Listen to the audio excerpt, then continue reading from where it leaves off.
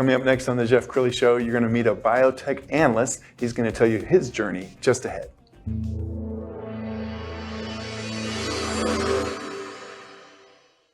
Many are predicting that the worst is yet to come, which is unfortunate, said one person here. Until now, they've enjoyed the reputation of being the nation's icebox. Watched a burglar in his home this morning by webcam. As a journalist of over 25 years, stories are what make my world turn. Reporting live from the Dallas newsroom tonight, Jeff Crilley, Fox 4 News. But in 2008, I took the jump from my familiar life and started a PR firm from my home. We're talking about anyone with a camcorder like the one I'm using becomes a television network. We started slowly growing the company, and we now have over 100 clients, and we've branched into the world of live digital broadcasting. I now own 8 different TV studios and have a huge team, and the stories that I now get to share are sometimes the most important of my life. Life has a funny way of coming around full circle. This is the Jeff Crilley Show. So I used to be into investing, and I would look at small cap stocks, sometimes penny stocks or $5 stock. And it was critical for you to look at who was evaluating it. Of course, the company's going to come out with their own statements, but an objective opinion. And when it comes to biotech, there's a lot of stuff out there, and that's why you turn to a man like my next guest, with John Vandermosten. He is a biotech analyst. Thanks for coming on the show. You're welcome, Jeff. My pleasure. Yeah, I probably invested in some of those small cap stocks. You may have. You may have. I've covered a number of them over the years. Absolutely. Okay, how did you get into that? I mean, you didn't come out of college wanting to be a biotech analyst, did you? No. I went to college to try to get a degree and be a Latin American mutual fund manager. That was my goal originally. Really? But I found out, because I was into history and Spanish, and that was my focus. And I actually got a degree in Latin American studies and got a degree in literature and got a degree in economics and all that good stuff. And I found out, though, that there were a lot of people that wanted that job, but not a lot of assets. The assets were this big, and the pool of people who were interested was this big. So I ended up covering domestic equities, actually, at Texas Teachers down in Austin, Texas. And somewhere in there was a career in music. That's right. Well, when I was going to school, I was a musician in the Navy band and played all over the Southwest and also around the Gulf States area. Well, I love that because it kind of makes you a Renaissance man, that you've had several different lives. Let's talk about the biotech space. I mean, can't remember a time when it's been hotter than it is now. Yeah, well, I think we've learned a lot over the decades. I mean, I think, there was the Human Genome Project that I guess they completed in the early 2000s, but that showed so much information and educated us so much on how the human body works that things sprung out of that, such as immunotherapy, gene therapy, and things like that. So, the amount of knowledge has just been expanding at a faster and faster rate. And, we've seen a lot of new treatments in the oncology space and the neurodegenerative space that have really come out over the last decades. And as you follow this, I mean, we're really, I think, on the threshold of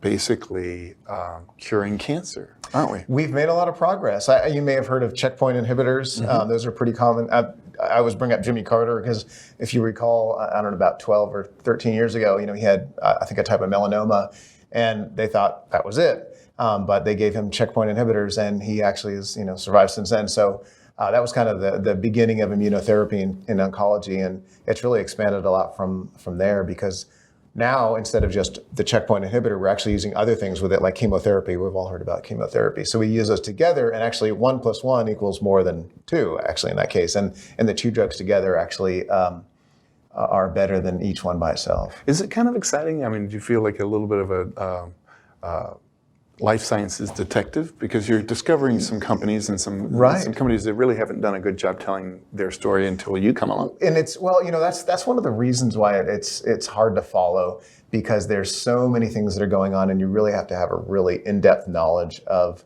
what's going on and stay, tuned into it all the time. And the clinical trials that are run, the information that comes out is very complex as well. You have to very slowly, methodically work through it and look at all the aspects of it, because there's two main aspects what people are looking for in a cure or some kind of therapy: the safety and the efficacy. Right? Efficacy is how well it works, and safety is does it have other problems that are bigger than the problem it's trying to solve. Right.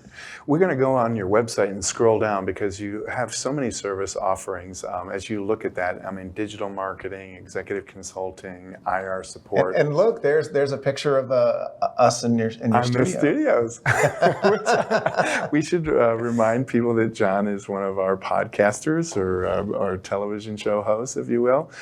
Tell me about Unboxing Biotech. How did you come up with that name? Yeah, I was I was looking at these videos of these kids unboxing things. Yeah. I don't know why I was even looking at that, but just seeing kind of that excitement when you have something and you learn about something or whatever. And I thought, biotech is like that. It's kind of an education process to learn about it. You're kind of opening it up, and our little logo is a box full of like DNA is like popping out. DNA helix is popping out. And I just thought, it's kind of an interesting concept. It's catchy. And you can also it could be unboxing retail or something like that, I like it. As a marketing expert, I like it because it simplifies it. And I think for some people, the techie and the jargon can get overwhelming. And, I go to some biotech websites and I read the whole thing and I still don't know what they do. I mean, largely, do many companies do a poor job telling their own story?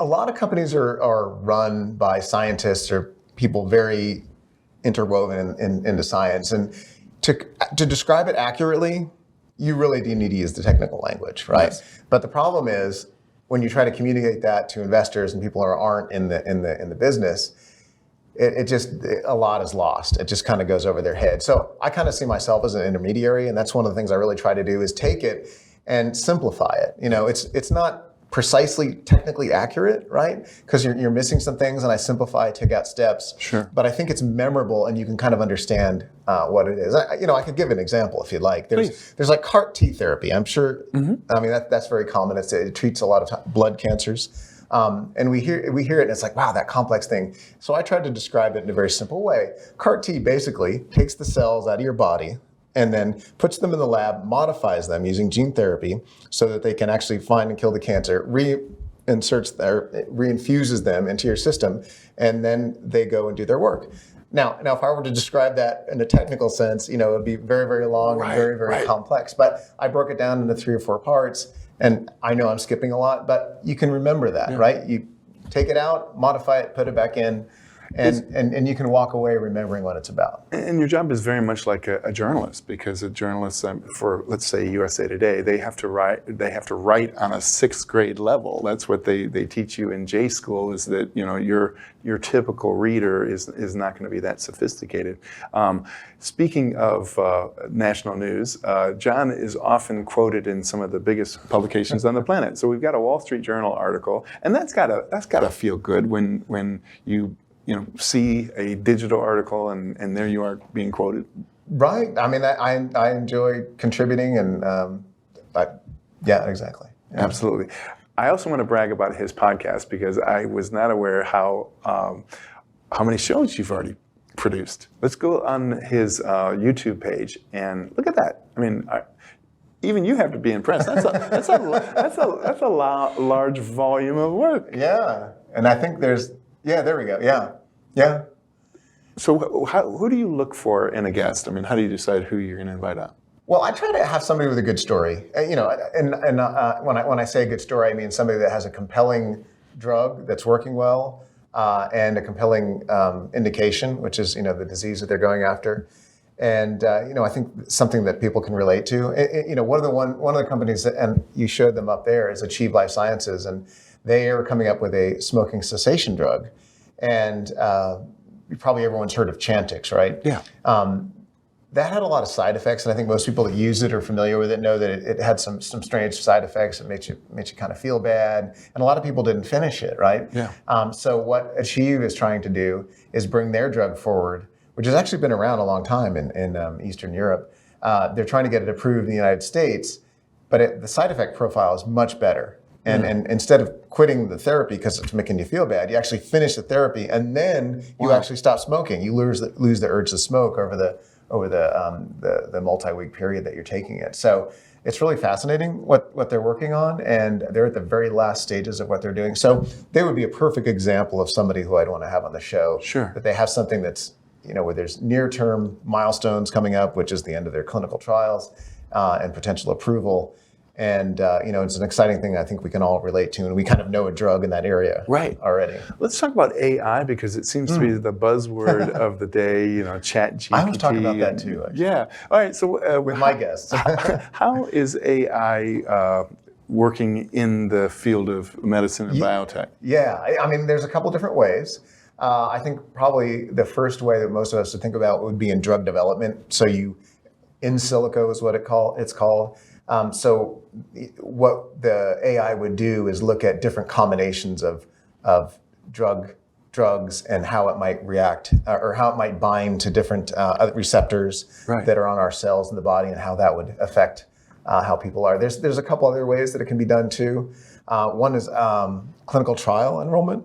So if you have AI looking around for patients, reading their medical records, trying to find a good match for a certain therapy, that would solve one of the big problems that the industry is facing, because you have a lot of drugs, but we don't know where to find the patients that may benefit from them and populate the trial. So that could actually bring down trial costs, and it can also help the trials run faster. Right. So that's another way. And then yet another way is to have the AI go in and look at patient populations and drugs, and look at the genetic makeup of the people who were actually responding to the drug favorably, and finding what characteristics they have, and then taking out all the people who don't have those characteristics and focusing on the ones that do, and then applying it to them. So it really can help find a needle in a haystack. Yes, yeah, and a lot of companies are working on it. We're still in the early stages. I would say I don't think we have a drug yet approved that's used AI directly to find it. But I think we're in the later stages of that, and we could have something in the next few years. So I'm just a dumb former reporter. This is the filter I put it through. You could probably tell AI to say, take the top 50 country songs of all time and write me one that everybody would love based on these 50 songs. Could it do the same thing for cancer drugs, and look out over the universe of cancer drugs, and these are the things that I'm asking you to look for?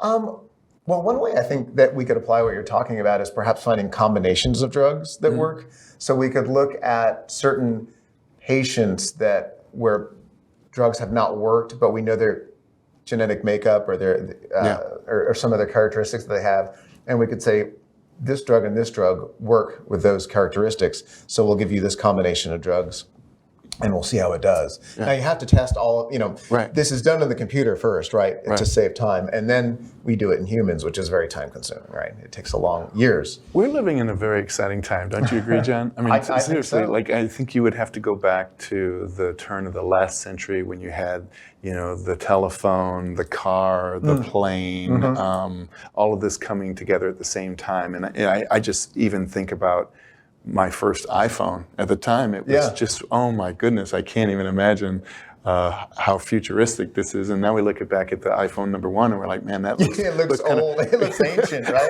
It's like looking at an old telephone. Yeah. Is it a fun time to be a biotech analyst? It is, and that's the thing that kind of keeps me going, because it's it's a very time consuming job. I mean, you're always reading the news, always updating yourself on what's happening.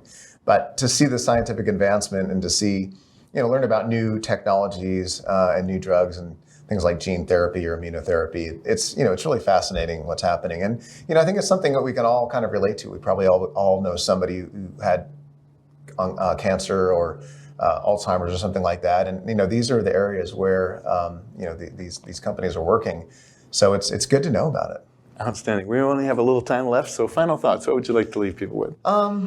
Well, I think it's a fun, interesting job, and I think even if you're not looking to invest, the stuff that we write, when I write about something, I try to make it interesting for people to read and understand, so they can learn something, right? So even if they're not interested in buying shares of the company that we're recommending, I think it's always a good idea to just learn about the technology that's out there and just improve yourself on what you know about what's going on in the sciences. Well, you've been an amazing guest, and thanks for dumbing it down for All this right. former reporter here. I Thank you, actually Jeff. understand what you just said. That's my goal. I've succeeded. All right, we're going to end with his website, which is unboxingbiotech.com. The great John Vandermosten. And we also have our YouTube channel, Unboxing Biotech, as well, where you can see the videos that we produce in Jeff's studio. Absolutely. Thank you so much, John. You're welcome. That's it for now. We'll see you next time.